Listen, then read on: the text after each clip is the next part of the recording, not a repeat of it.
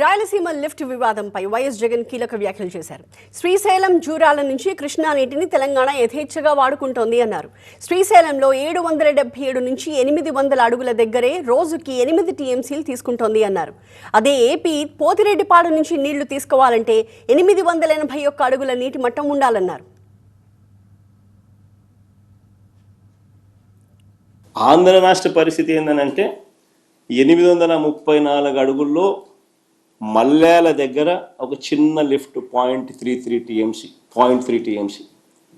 ఇంకొక చిన్న లిఫ్ట్ 795 అడుగుల్లో ముచ్చుమర్రి దగ్గర ఇంకొక 0.33 టీఎంసీ, అంతే మన కెపాసిటీ. అక్కడ 8 టీఎంసీలు, ఇక్కడ మన కెపాసిటీ 0.6 టీఎంసీ కెపాసిటీ. నేను అడుగుతా ఉన్నా, మరి రోజుకు 8 టీఎంసీలు 777 నుంచి 825 అడుగులకే రోజుకి 8 టీఎంసీలు నీళ్లు శ్రీశైలం నుంచి ఖాళీ అవుతా ఉంటే ఎప్పుడు 881 అడుగులు వస్తుంది?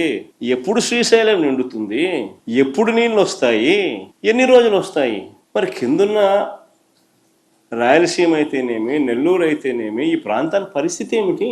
ఎప్పుడన్నా చంద్రబాబు నాయుడు అనే వ్యక్తి ముఖ్యమంత్రిగా ఉన్నాడు, చిత్తూరు జిల్లాలోనే పుట్టినాడు, కనీసం ఏ రోజన్నా ఆలోచన చేసినాడా పరిస్థితి ఏమిటి అని? ఇలాంటి విపత్కర పరిస్థితుల మధ్య మా ప్రభుత్వం అధికారంలోకి వచ్చిన తర్వాత 2019లో ఈ పరిస్థితిని చక్కబెట్టడం కోసం అడుగులు పడ్డాయి.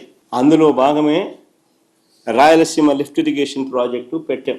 800 అడుగుల్లోనే మనం కూడా 3 టీఎంసీలు నీటిని తీసుకొని వెళ్ళే వెసులుబాటు క్రియేట్ చేసాం. దాదాపుగా 1000 కోట్లు ఖర్చు పెట్టి పనులు కూడా చకచక పనులు కూడా జరిగాయి. మా ప్రభుత్వానికి పేరు వస్తుందని, ఈ ప్రాజెక్ట్ ఎక్కడ పూర్తవుతే ఎక్కడ జగన్కు మంచి పేరు వస్తుందేమో అని చంద్రబాబు నాయుడు గారు తన టీడీపీ కార్యకర్తల చేత దీన్ని అడ్డుకునే కార్యక్రమంలో భాగంగా కేసులు కూడా వేయించిన వ్యక్తి చంద్రబాబు నాయుడు.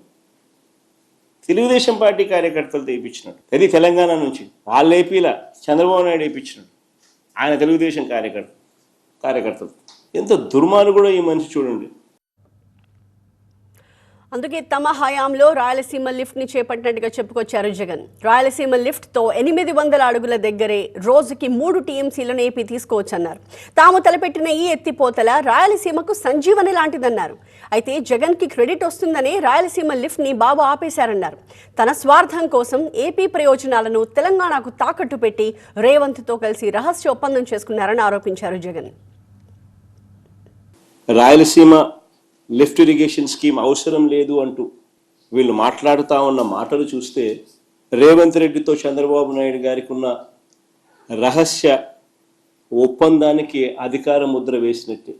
కరెక్ట్గా రేవంత్ రెడ్డి కూడా ఇదే మాట్లాడాడు. చంద్రబాబు నాయుడు కూడా ఆయన మంత్రి కూడా రాయలసీమ లిఫ్ట్ అవసరం లేదు అని అంటూ చంద్రబాబు నాయుడు బరి తెగించి మాట్లాడడం కూడా వాళ్ళిద్దరి మధ్య జరిగిన ఒప్పందానికి ఆమోద ముద్ర వేసినట్టే, అధికార ముద్ర వేసినట్టే.